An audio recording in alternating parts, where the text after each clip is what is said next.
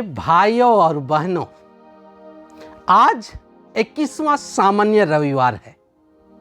इस दुनिया में हर जन संसारिक जीवन समाप्त कर मुक्ति पाना चाहता है। अधिकतर लोगों का कर्म, धार्मिक और पुण्य से जुड़ी सभी क्रियाएं इसी मकसद पर केंद्रित रहती है।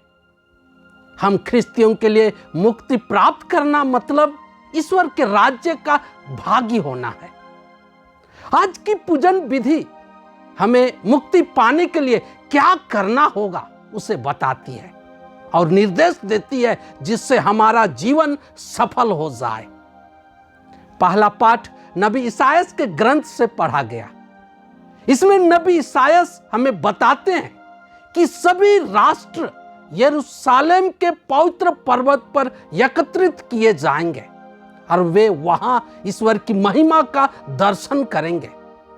ईश्वर विभिन्न व्यक्तियों, घटनाओं और माध्यमों से हमें मुक्ति पाने के लिए निमंत्रण और अवसर देता है। इस्राएली लोग बाबुल में निर्वासित किए गए थे। वहां तकलीफ और कष्टों में वे ये एहसास किए कि यहोवा से अलग रहकर वे सुख चैन से नहीं रह सकते हैं। मुक्ति पाने के लिए उन्हें संयमित और अनुशासित जीवन जीना होगा और ये ईश्वर के 10 आज्ञाओं के पालन द्वारा संभव हो सकता है। ये आज्ञाएं मनमौजी जीवन जीने से रोकती है, पर भविष्य में सच्ची आनंद और पूर्ण संतुष्टि का पूरा आश्वासन देती है।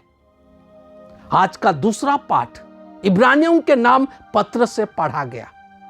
इसमें बताया गया कि जिन्हें ईश्वर प्यार करते हैं उन्हें वे दंड भी देते हैं।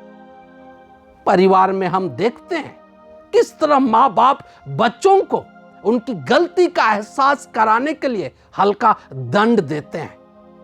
इसका कदापि यह अर्थ नहीं रहता कि वे उन्हें प्यार नहीं करते।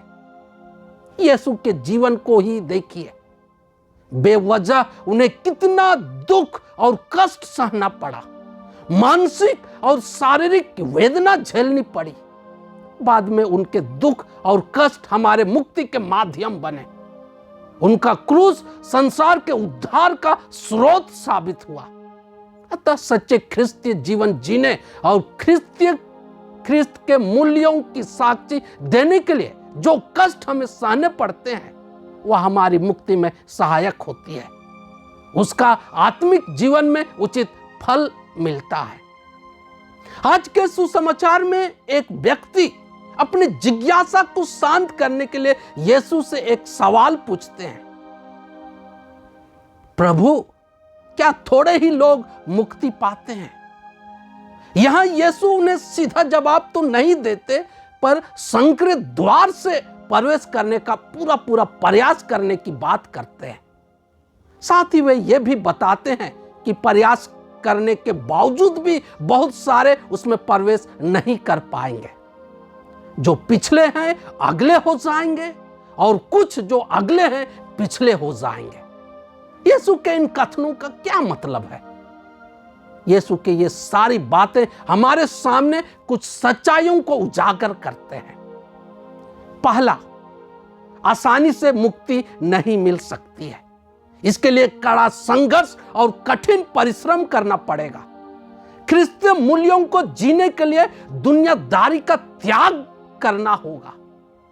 संयमित और अनुशासित जीवन जीना होगा। आत्म त्याग वाला जीवन अपनाना होगा। दूसरा, मुक्ति पाने के लिए केवल यीशु को जानना, बपतिस्मा लेना, जय यीशु कहना, कैथोलिक विद्यालय में पढ़ना, दान देना, उपदेश सुनना, रोज पवित्र यूकरिस्त में भाग लेना, रोजरी बिनती जपना, बाइबल पढ़ना आदि पर्याप्त नहीं है। मुक्ति पाने के लिए पूर्ण समर्पण की भावना होना होगा। भक्ति भाव और सच्चे मन दिल से सभी धार्मिक क्रियाओं को करना होगा। शास्त्री फरीसी की तरह दिखावा और लोगों के ध्यान आकर्षित करने की भावना से बचना होगा। तीसरा, मुक्ति पाने के लिए यीशु के बताए हुए शिक्षा पर चलना होगा। यीशु की शिक्षा का सार क्या है? सारे दिल से ईश्वर और अपने पड़ोसी को प्यार करना, बिना भेदभाव के हर इंसान से अच्छा संबंध रखना होगा। जरूरत पड़ने पर अपना समय, अपनी क्षमता और प्रतिभा से और उपलब्ध संसाधन से खुशी और उदारता पूर्वक हर जरूरतमंदों की मदद करनी होगी। क्या हम इन बातों का ख्याल अपने दैनिक जीवन में रखते हैं? हम में से कुछ अक्सर दुनियावी चीजों में बहुत व्यस्त रहते हैं और नाम मात्र या दूसरों का ध्यान आकर्षित करने के लिए धार्मिक क्रियाओं को करते हैं। जिस तन्मयता और मकसद से उन्हें करना है उसे हम पूरा नहीं कर पाते हैं। दुनियाई चीजों की प्राप्ति और दुनियादारी ही हमारी प्राथमिकता होती है।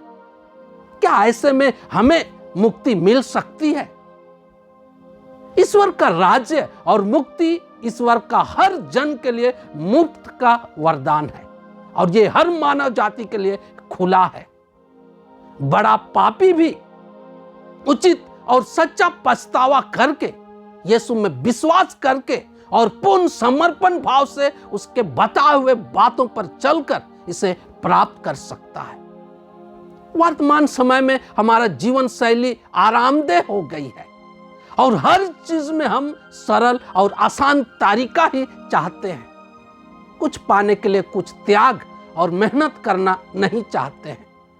अतः मुक्ति पाने के लिए हम क्रिस्तीय मूल्यों को जीने की जो चुनौती है उसे स्वीकार करें।